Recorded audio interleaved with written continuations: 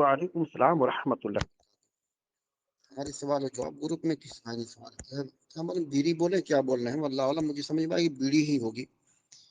بیڑی کے بارے میں سوال کر رہے ہیں کہ بیڑی پینا کیسا ہے، بیڑی ہو یا دخان یا سجائر ہو، سگریٹ ہو۔ اس کے تعلق سے ہمارے شیخین ابن باز اور ابن عثیمین رحمہ اللہ کا فتویٰ موجود ہے تحریم کے اوپر کہ وہ دونوں چیزیں حرام ہیں۔ فتویٰ ابن عثیمین کا بھی ہے اور ابن باز کا کہ تدخین جو ہے حرام ہے، تدخین حرام ہے، اور قرآن و سنت سے اس کو ثابت کیا ہے۔ اللہ تعالیٰ فرماتا ہے وَلَا تُلْقُوا بِأَيْدِيكُمْ إِلَى التَّهْلُكَةِ، اپنے آپ کو یعنی خود ہلاک و برباد کرنے کا ذریعہ سبب نہ بنو، اپنے خود بخود اپنے آپ کو ہلاکت میں مت ڈالو۔ تو یہ شراب، دخان شراب ہے، بیڑی وغیرہ، یہ من الالقاء بالید الی التہلکہ، یہ اپنے آپ کو برباد کرنا ہے، یہ اپنے آپ کو اپنے جان کو برباد کرنے کا ایک ذریعہ ہے، اس لیے یہ قرآن سے ثابت ہوا کہ دخان اور حرام ہے، اس کا استعمال جائز نہیں مسلمان کے لیے۔ اور باتیں آگے آ رہی دخان اور بیڑی کی حرمت حدیث سے بھی ثابت ہے، کیونکہ اس کو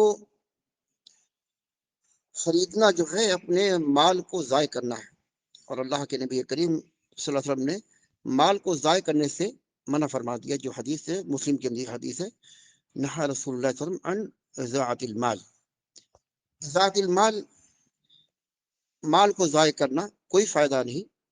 دکان کا خریدنا، بیڑی کا خریدنا، یہ نقصان دہ بھی ہے، اور مال کو اپنا ضائع کرنا ہے، اس سے اس کی تحریم ثابت ہوتی ہے کہ اس کا استعمال نہیں کرنا چاہیے، نقصان دہ بھی ہے، ضرر ہے فی البدن اور فی العقل اور فی المال، شرب دخان ضرر فی البدن اور فی المال، دخان کا استعمال بدن کے لیے نقصان دہ ہے اور مال کو برباد کرنے، مال کو ہلاک کرنے کا ایک ذریعہ ہے۔ یہ مختصر جواب تھا ہمارے ابن عثیمین اور ابن باز رحمہ اللہ کا، اور باتیں آگے آ رہی ہیں۔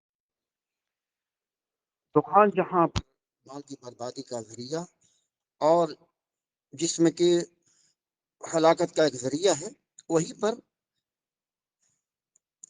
اس کی بدبو سے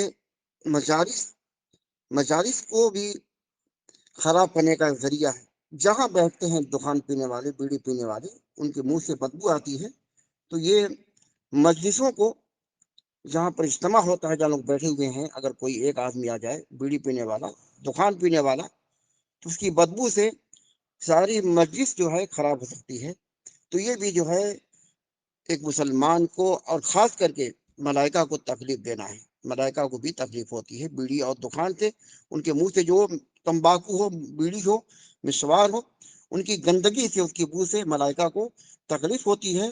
تو یہ ایک انسان کو بھی تکلیف دینا ہے، ملائکہ کو بھی تکلیف دینا ہے، اور اپنے مال اور اپنے جان کو تباہ و برباد کرنا ہے۔ تو یہ شریعت سے اس کی حرمت ثابت ہوتی ہے، اس سے بچنے میں بھلائی ہے، اور یہی تقویٰ ہے جس سے اپنے آپ کو بچایا جائے۔ بیڑی ہے، دخان ہے، مسوار وغیرہ۔